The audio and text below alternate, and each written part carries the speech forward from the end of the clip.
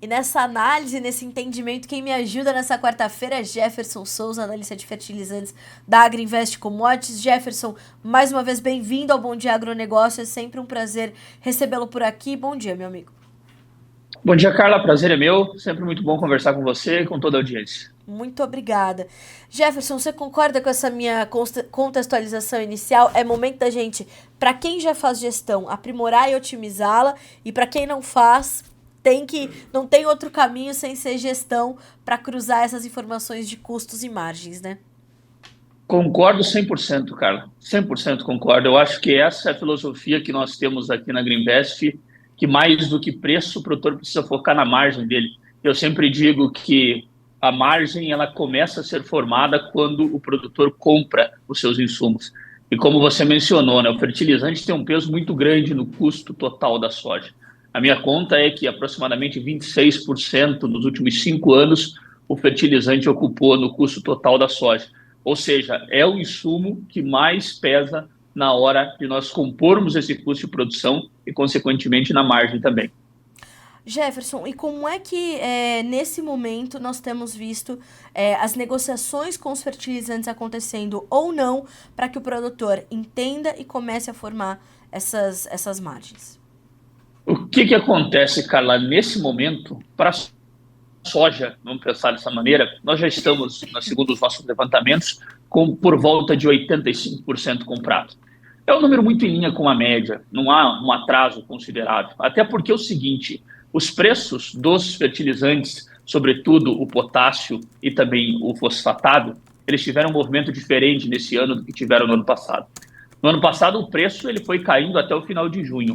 Esse ano, não. Esse ano, nós vimos que, a partir do final de maio, as cotações dos fertilizantes, de um modo geral, começaram a subir forte, impulsionados também por um câmbio. Então, hoje, eu digo para você assim, as compras para a soja, elas estão avançadas, nós estamos na reta final, porém, o produtor que não comprou ainda, Carla, eu começo a escutar a seguinte frase: com os preços que eu estou vendo da soja, eu estou remanejando o meu manejo. Quem sabe eu vou reduzir alguma coisa aqui, uma coisa ali. Para aquele que não comprou ainda, perdão, aquele que já comprou, aí tudo bem. Inclusive, esse ano, propriamente dito, eu digo que quem salvou a soja foi o cloreto de potássio. O cloreto de potássio esse ano, ele fez com que os gastos com fósforo e potássio na soja não ficassem tão distante da média. Não são os melhores, estão longe de ser. Mas o potássio barato, ele auxiliou muito, porque o fósforo foi muito caro nessa temporada. Agora, Jefferson, essa tendência que na última conversa que nós tivemos de avanço nos fosfatados era muito forte, ela continua e ainda traz muita preocupação ao produtor? O preço, só para você ter uma ideia, Carla, o preço do MAP, ele está 44% acima do mesmo período do ano passado, em reais por tonelada. 44% é muita coisa, né, Carla? Se você for pensar em um ano, a soja ela não teve uma reação positiva. Os preços da soja não subiram em um ano. Porém, o MAP está 44%. É claro que agora nós começamos a questionar sobre até quando o preço irá subir e, o mais importante, qual será a reação da demanda perante a um preço tão elevado assim. Essa é uma discussão muito importante que nós vamos ter que ter agora, não somente para a soja, Carla, para a segunda safra. Nesse momento, a minha maior preocupação e meu maior foco, ele já não está mais na soja. Quando eu falo de fertilizante, o produtor está um passo à frente sempre. Então, nesse momento, ele está muito de olho também na sua segunda safra. Sobretudo, o maior estado consumidor do Brasil, que é o Mato Grosso. Mato Grosso está atrasado nas compras de fertilizantes para a nossa segunda safra de milho, o que é um ponto extremamente importante, porque nesse caso, quando eu olho para o Mato Grosso propriamente dito, o que eu encontro por lá são preços de milho extremamente pressionados, inclusive abaixo do ano passado, dependendo das regiões, e, consequentemente, eu tenho custos um pouco mais elevados quando eu falo do fertilizante. Então, a discussão que nós tivemos em relação à rentabilidade no ano passado no milho, provavelmente ela vai ser discutida esse ano de volta, Carla. Bom, então a gente não está olhando só para para essa dificuldade para adquirir insumos para soja 24 a 25, mas também para a segunda safra de milho 25. O produtor tem decisões difíceis aí pela frente para tomar, Jefferson? Sem dúvida, sem dúvida. Na soja, eu estou realmente na reta final, Carla. Alguns estados, como Rio Grande do Sul, Minas Gerais e São Paulo, eu ainda tenho produtores que precisam tomar as decisões. Nós ainda temos esse mercado. Porém, para o milho, eu tenho um atraso considerável nas compras de fertilizantes. Os nossos números aqui apontam para 17 pontos percentuais de atraso. Nesse momento, meu número de compra Brasil é de 27%. Nós temos 17 pontos percentuais de atraso em relação à média de 5 anos. Só para ilustrar um pouco mais precisamente, o Mato Grosso está com mais ou menos 45% comprado para o milho segunda safra de fertilizantes. Isso considerando uma média estadual. Se nós formos pensar uma média de 5 anos, o Mato Grosso, nesse período, ele estaria buscando 70% comprado. Então, veja que eu tenho quase 20 pontos percentuais, aí, chegando, podendo a 30, dependendo da região, de atraso nas compras do milho segunda safra. E é claro, né, Carla, se eu for pensar no fundamento do fertilizante, as coisas não estão ajudando muito, porque eu tenho relações de troca, a exemplo da ureia, que são relações de troca elevadas. E isso acontece porque o milho não tem resposta em preço. Era isso que eu queria entender. Então, essas relações de troca... Vamos falar agora sobre relações de troca, Jefferson. Elas estão se deteriorando nessas últimas semanas ou nesse último mês? Isso já foi estabelecido, portanto? Relação de troca, vamos separar em duas safras, né? Vamos falar da soja primeiro para quem não comprou ainda. A relação de troca da soja versus o MAP é a segunda maior que eu tenho na série histórica. Meu Deus. Ela só perde para a guerra, só perde para a guerra. Então, a relação realmente perdeu base porque o preço do MAP subiu muito. Como ele subiu muito, a soja não reagiu. Eu tenho a segunda maior relação da série histórica. Agora, para o cloreto, Carla, veja que interessante. Para o cloreto de potássio, mesmo com essas idas e vindas, eu tenho uma relação de troca abaixo da média ainda. Meu Deus. Então, se eu for somar o P e o K, significa que o produtor está com uma relação por hectare levemente acima da média. Ela é acima. Porém, ela não é tão estrondosa assim. Ela não é o nível da guerra. Por que ela não é? Porque o cloreto de potássio está ajudando na conta. Entendi. Ele está ajudando. Então, significa que eu consegui um balanço que ele não é tão ruim quanto poderia ser. Tá. Eu acho que essa frase é importante. Não é tão ruim quanto poderia ser. Sim. Agora, quando a gente olha para esses dois grupos, portanto, para o MAP e para o KCL. Para o MAP, a gente tem alguma situação no horizonte que poderia fazer esses preços se abrandarem um pouco, sentirem alguma pressão e voltar um pouquinho. Isso tem alguma situação no seu horizonte que aponte para essa situação ou não. E para o KCL, há essa segurança de que os preços ainda continuarão a oferecer essas relações de troca abaixo da média para quem ainda não comprou, Jefferson? Excelente pergunta, cara. Vamos lá. Quando eu falo do fosfatado, propriamente dito MAP, a gente tem uma situação muito curiosa no Brasil hoje, né? Primeiramente, o Brasil tem um prêmio elevado em comparação a outros mercados. Eu vou te dar um exemplo. Na sexta-feira passada, o DAP na Índia estava sendo negociado, né? A média de preço por lá que eu escutava era $85 abaixo do MAP no Brasil. Ou seja, o Brasil tem um prêmio hoje que historicamente não é normal. Segunda coisa, Carla, importante que eu vejo, eu digo que o remédio para o preço alto é o próprio preço alto. O que isso significa? Quanto mais alto esse preço for, menor será provavelmente o apetite de quem está comprando. Se você inibe a demanda, significa que você pode ver no futuro uma retração do preço. A gente tem que pensar uma coisa, Carla, que eu ainda tenho um mercado para rodar de soja. Ele é pequeno, mas eu tenho. Em algumas regiões, como eu falei, ele é um pouco maior. A partir do momento que eu fechar a janela de compras da soja, eu vou criar um espaço de demanda que ele provavelmente vai demorar a ser preenchido no mercado brasileiro de fosfatados. Eu falo para você o seguinte, hoje, se eu for pensar na relação de troca entre MAP e milho, é uma relação de troca muito fora da média. Ou seja, significa que a demanda, provavelmente, ela vai fazer o papel dela, que é reprimir. Em meio a preços elevados, você tem o comprador, que ele fica mais cauteloso. Esse seria o fundamento para uma possível queda no preço do fosfatado. uma retração da demanda. E a sua segunda colocação foi sobre o cloreto. Você perguntou aí o cloreto. O cloreto, Carla, é extremamente curioso também. O Brasil tem uma oferta gigantesca de cloreto. É uma das maiores ofertas da história para esse período. E um outro fato interessante aconteceu na semana passada. Isso envolve as movimentações globais. Os chineses fizeram um contrato de compra com os russos. Esse contrato de compra, ele veio abaixo do ano passado. Inclusive, nós escrevemos uma matéria um pouco mais detalhada sobre isso.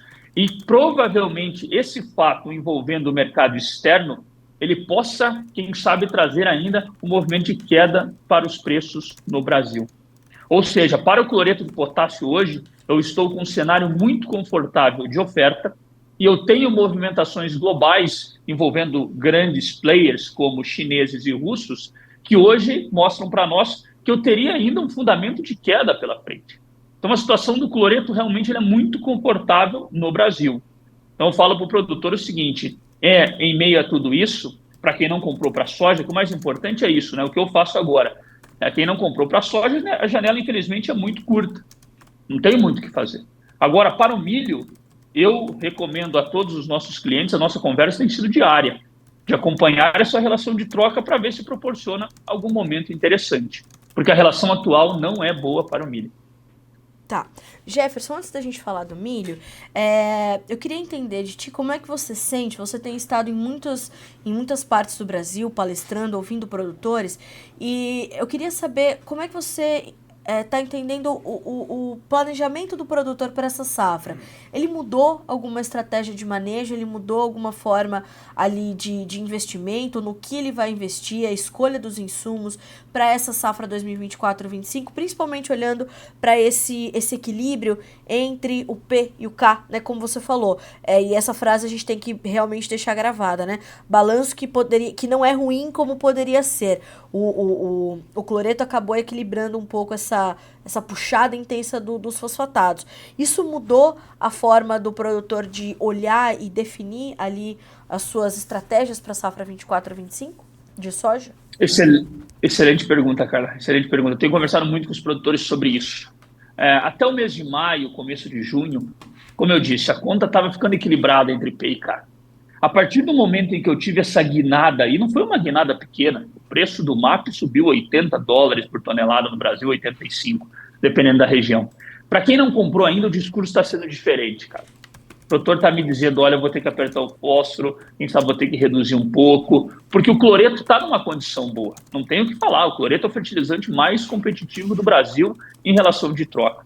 Agora, para o fósforo, eu escuto um certo temor do produtor com esse preço muito caro, se ele está fazendo uma boa estratégia investindo tanto. Eu escuto muito isso, ainda mais nos últimos 15 dias. O produtor que não comprou, ele está revendo a sua adubação, sobretudo à base de fósforo. É o que eu escuto por parte dele. Aquele que comprou mês de maio, final de maio, sobretudo começo de junho, eu não escutava esse discurso. Agora eu estou escutando com mais força essa possível mudança no manejo dele. Isso é muito interessante, Jefferson, porque no momento onde a gente tem essa insegurança sobre os preços, em especial no mercado internacional, ao passo em que a gente tem um dólar que vai acabar favorecendo formação de preço no Brasil, prêmio que favorece formação de preço no Brasil, mas ao mesmo tempo um dólar que encarece os custos de produção, o produtor tem que tomar realmente algumas decisões difíceis e tentar fazer esse equilíbrio. Só que ao mesmo tempo ele tem que também garantir algumas médias importantes de produtividade para ter boa competitividade no mercado, e por isso passa diretamente a sua decisão na hora de determinar ali o seu manejo e a escolha dos seus insumos, né? Sem dúvida nenhuma, cara, sem dúvida nenhuma. Eu digo o seguinte, eu analiso o mercado como uma parte mais financeira do negócio. Preço, relação de troca, etc. Agora, quem tem que determinar o que vai fazer com o seu manejo não sou eu, é o produtor conhecendo a sua área. Eu nunca posso chegar e recomendar uma redução de adubação. Não tem como, eu não conheço a área do produtor. Então, eu acho o seguinte, é claro que o preço não é atrativo. Não é atrativo, isso é fato, a relação não é boa. Quando eu penso no fósforo propriamente dito. Agora, quem vai determinar o manejo é quem conhece a área, é o produtor. Ele conhece a área dele, o técnico dele, o agrônomo dele conhece a área. Se ele julgar que é possível reduzir, ele vai reduzir. Agora, não adianta nada, né, cara, reduzir o manejo e ter produtividades deterioradas. Eu digo o Exato. seguinte, a produtividade, ela joga ao favor do produtor sempre. Eu digo o seguinte, se você colher 20 sacas de soja ou 70, os funcionários você tem que pagar da mesma maneira, os seus colaboradores. Sim. O diesel é o mesmo, cara. A depreciação é a mesma. A produtividade sempre joga a favor do produtor. É claro que ele depende do clima, não depende só dele. Agora, o manejo ele é fundamental. Nas conversas que eu tenho tido com diversos colegas, Brasil afora, eu escuto muito isso, eu participo desses encontros técnicos e eu vejo o quão importante é o produtor garantir também um manejo adequado. Carla, infelizmente, quem colher 60 sacas hoje, dependendo da região, vai ficar no vermelho. Vai ficar. Ainda mais se for uma terra arrendada, não vai ter como pagar a conta. Então, a gente precisa também olhar para os custos de uma maneira racional, mas nós também não podemos sair cortando tudo. Eu acho que não é esse o caminho em um momento como esse. Sem dúvida. Bom, claro, né? Orientações muito preciosas, como sempre. Jefferson, vamos falar um pouquinho sobre essa condição do milho, que é também um dos seus pontos de preocupação. Janela curta, compras atrasadas. Olhando para essas relações de troca, a gente está falando de que níveis de relações de troca para o milho né, enquanto estão essas relações de troca e o quanto elas são prejudiciais para garantir essa rentabilidade da segunda safra de milho 2025. Excelente. Vamos lá. Primeiramente, a gente tem que entender uma coisa. A ureia, ela está em um nível mais ou menos 11% acima do mesmo período do ano passado. Fiz essa conta antes da gente começar a conversar.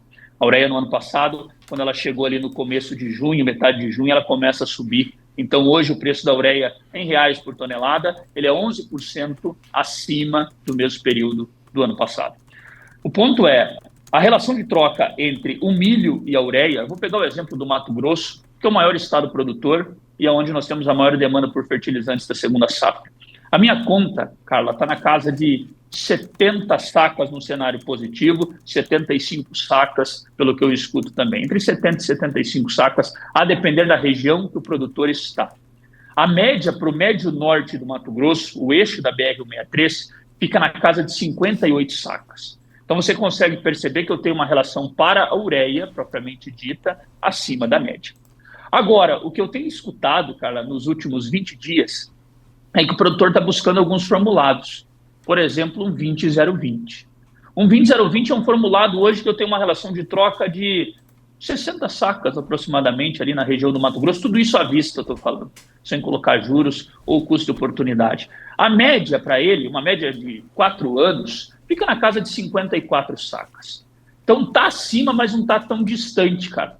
E eu percebo que o apetite do produtor, nesse caso, ele está sendo maior do que somente a ureia. Lembrando que o 20-020 é um formulado que eu tenho nitrogênio e eu também tenho potássio. Eu só não tenho fósforo na base dele. Então, o que acontece? O 20-020 ele está sendo beneficiado por quem? Pelo potássio, que está num preço atrativo. Então, eu vejo o produtor mais aberto a escutar as oportunidades para um 20-020. Mas está atrasado, né, cara? E o mais importante, se eu for pensar no conjunto da ópera, pensar em semente, em defensivo e também em fertilizante, esse ano eu tive um benefício, que foi a queda da semente. A semente, ela recua. Então, esse é um benefício também que eu tenho que pensar em relação à quantidade de sacas que o produtor gasta para produzir. Ano passado, o patinho feio foi a semente. Esse ano, a semente está reduzindo. Então, o adubo está mais caro, isso é um fato, né? O fósforo mais caro, etc. Agora, a semente reduziu. O que a gente precisa ver é o balanço, como que fica. O balanço está parecido com o ano passado, cara. E ele não é tão positivo assim, a gente sabe disso.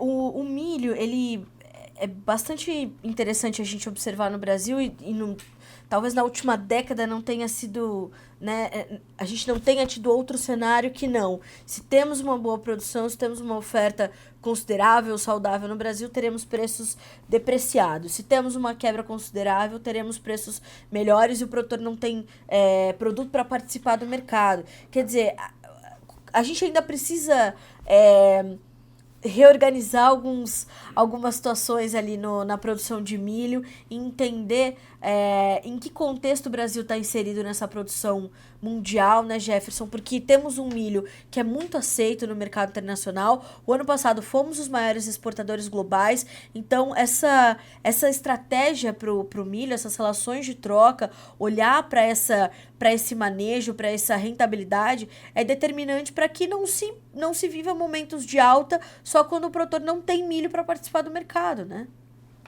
Exatamente. E mais do que nunca, nesse momento, a gente vai ter que olhar muito para os números totais, vamos falar não só do fertilizante. Eu costumo dizer, você não faz uma lavoura só com fertilizante, você tem todos os outros gastos que você precisa colocar na ponta do lápis.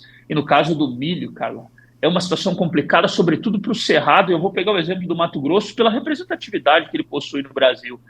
Os preços do milho no Mato Grosso, eles estão na casa de R$ 38, R$ 39, em alguns lugares mais baratos.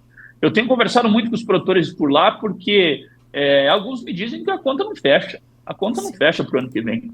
É um cenário muito parecido com o que eu tinha em 2023. É muito parecido. Não mudou.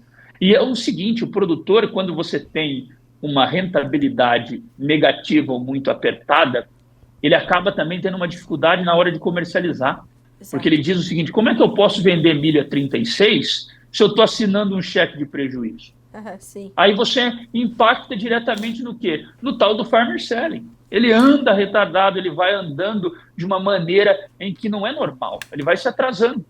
Então é o seguinte, hoje nós estamos compondo o custo de produção para o milho que será plantado no final do ano, começo do ano que vem.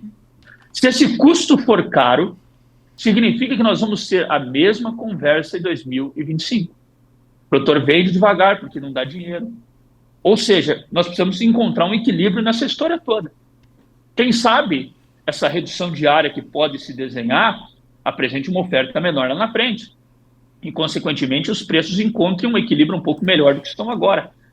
Então, é assim que funciona. No mercado de commodities, no final do dia, é uma relação muito clara entre oferta e demanda. Você disse uma coisa importante. O preço sobe quando quebra, porém, quando quebra, o produtor não tem produto para participar. Exato. Eu falo muito sobre... É esse o ponto. Eu falo muito sobre isso aqui no Bom Dia Agronegócio, né, Jefferson? Como não dá muito para lutar contra o fato de que o preço é o encontro da curva da oferta com a curva da demanda. Eles vão se encontrar em picos e vão se encontrar em vales. E em ambas as situações o produtor está ali, produzindo. Então ele tem que fazer isso trabalhar ao seu favor. A gente tem uma pergunta aqui do Fernando Perim, que diz assim, Jefferson, e o nitrogenado, como será daqui para frente? Um abraço. O Fernando, a gente falou um pouco sobre a ureia, mas se você quiser falar diretamente para o Fernando, Jefferson. Sem dúvida. Carla, você me ouve? Oi, pois não, por favor, pode ficar à vontade. Tá, entendi, perdão. Se eu for falar no caso da ureia, propriamente dita, né, maior representante de nitrogenado que nós temos, a gente teve alguns cortes na produção do Egito novamente nessa segunda-feira.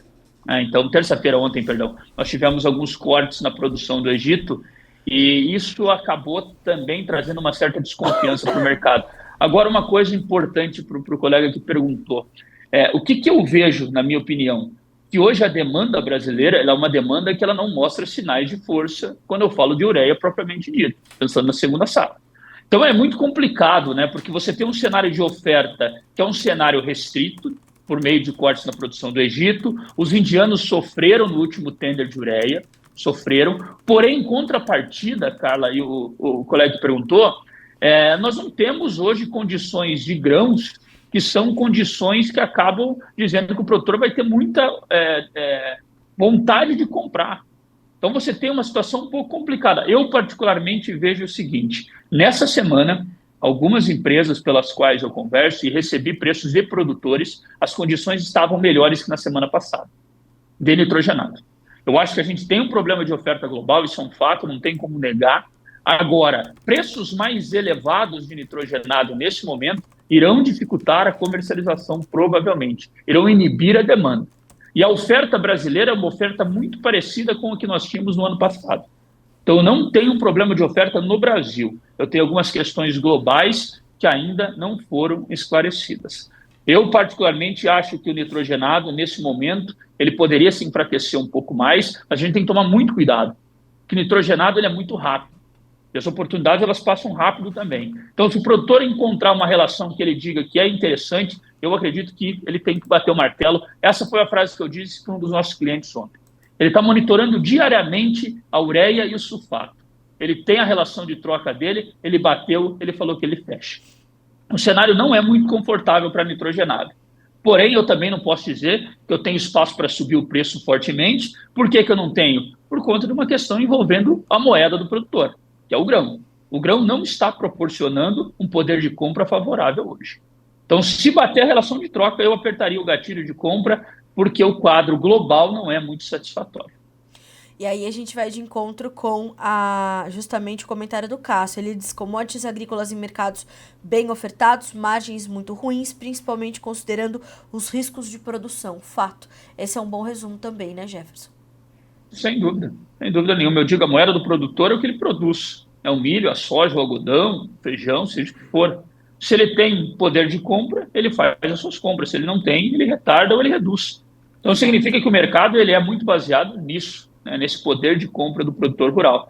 E não é só no Brasil, né, cara? Vamos lá. Eu tenho quedas na Bolsa de Chicago que são quedas muito importantes. Sim. Então, quer dizer que o produtor americano, se não mudar o cenário, ele também, no ano que vem, vai ter dificuldade nas suas compras. Não é só o produtor brasileiro, tem que pensar dessa maneira. Eu tenho conversado com alguns colegas lá de fora, eles falam, poxa, mas será que eu subir o preço hoje da ureia fortemente, eu vou encontrar comprador em meio a um cenário em que os grãos estão caindo? Então, eu digo que, nesse momento, é importante a gente tentar buscar um equilíbrio entre os dois. E o equilíbrio ele é encontrado, na minha opinião, pela essa relação de troca. Se você bater a tua relação de troca, que é muito regional, eu acredito que nesses casos em que você tem estabilidade, o produtor não pode esperar muito também, porque aí as coisas acontecem de uma maneira muito rápida. Então, bater a relação de troca é a fórmula para você fechar. Jefferson, mas a gente trabalha para isso, né? Eu tenho muito falado sobre também a comunicação de mercado, como ela é determinante. O Márcio Eno tá dizendo assim, ó, fiz boas compras, obrigado, Jefferson. O Márcio é um espectador assíduo do Bom Dia Agronegócio. É para isso que a gente trabalha, né, Jefferson? Para garantir que a comunicação chegue, né, e seja bem feita, porque comunicação, mais do que o que a gente fala, é o que o outro ouve e entende. Quer dizer que as suas análises, sempre muito esclarecedoras e completas aqui no Bom Dia Agronegócio, e onde você está presente, porque tem aqui o colega Fernando Perim, que te fez a pergunta sobre os nitrogenados, esteve num evento contigo em junho, dizendo também que sempre estar contigo é uma aula. Se a gente consegue fazer com que a maior parte dos produtores que nos acompanha, que nos ouve, faça boas compras, tome boas decisões, depois faça boas vendas, nosso caminho está pelo menos metade percorrido, né, Jefferson? Sem dúvida. Agradeço bastante o comentário do Fernando, do Márcio. Para mim é muito gratificante, né, cara? Porque no final do dia o nosso trabalho é sobre tudo isso, né? Eu falo que eu não vendo fertilizante, não vendo defensivo, não vendo nada. O nosso objetivo maior é levar para o produtor uma compra e uma venda que seja racional. E também eu digo muito sempre, em todo lugar que eu vou, eu não tenho bola de cristal, tenho certeza que você também não tem e ninguém tem no mercado. Então, Exatamente. Nesses momentos, o que a gente pode dar de conselho sempre para o produtor é levar o seu negócio com razão. A razão é realmente muito importante. A gente tem que deixar a emoção de lado na hora de negociar. Temos que deixar. Eu fico muito feliz com comentários como esses, porque isso dá muita energia para o nosso trabalho, né? Eu acho que é muito importante, sem dúvida, nós levarmos boas informações e, mais do que tudo, informações que sejam confiáveis e fundamentadas. Eu acho que isso que é importante. Eu também acho, eu acho que para a gente concluir a nossa conversa, a pergunta do Moisés Vicente é excelente, Jefferson. Ele diz assim, ó: bom dia, tudo bem? Entre essa reta final de 2024 e início de 2025, ainda haverá muita oscilação nos preços dos insumos agrícolas? Qual sua perspectiva para a gente fechar esse ano? Embora pareça distante, mas são 5 meses só para a gente concluir 2024, né, Jefferson? E início de 2025. Quais são suas perspectivas para esse período? Mas eu já vejo o seguinte, até respondendo a sua pergunta direta, nos últimos 4 anos a gente viveu momentos dos fertilizantes de extrema oscilação. Ureia subindo 40%, 50% em 2 dias. Então eu não posso dizer para você que nós vamos ter os próximos 5 meses tranquilos. Não tem como eu afirmar isso, é impossível de afirmar. Agora, uma coisa também é certa, nós estamos vivendo uma mudança de patamar. Nós tínhamos soja há 2 anos a 180, milho a 65 no interior. Hoje a soja para o ano que vem está flertando com 100 e o milho está abaixo de 40. Então quer dizer que as nossas realidades estão mudando. Eu também preciso ver essa mudança nos insumos, para que a demanda ela continue saudável. Eu penso dessa maneira. Agora, eu não descarto, obviamente, ainda mais em um mundo como nós estamos tendo, né, Carla? Extremamente complicado em algumas situações, com situações geopolíticas que não são esclarecidas ainda. Então, o produtor tem que ficar muito atento. Eu não descarto que nós podemos ter algumas emoções até o final do ano. Porém, eu volto a dizer essa palavra, as coisas estão voltando para um patamar que nós tínhamos anteriormente. E é preciso que todos os custos se adequem a isso para que nós não tenhamos problema na hora de comprar e a demanda não seja enfraquecida. Jefferson, olha, de novo, né? Como disse o Fernando, sempre uma aula, verdade. Estar contigo, obrigada, meu amigo. É sempre bom receber você aqui no Bom Dia Agronegócio, sendo tão gentil também com a nossa audiência, respondendo as perguntas, tirando as dúvidas. As portas estão sempre abertas para ti e para todo o time da Agriinvest. Obrigada, Jefferson. Carla, eu que agradeço o convite, sempre é uma honra conversar com vocês e sempre digo no final das minhas conversas, contem comigo, se precisar nós estamos por aqui. Muito obrigado a todos. É isso mesmo, eu que lhe agradeço, sempre juntos. Jefferson, obrigada, ótima semana para você, bom trabalho, meu amigo, um abraço, até mais. Igualmente, até mais, tchau, tchau. Até mais.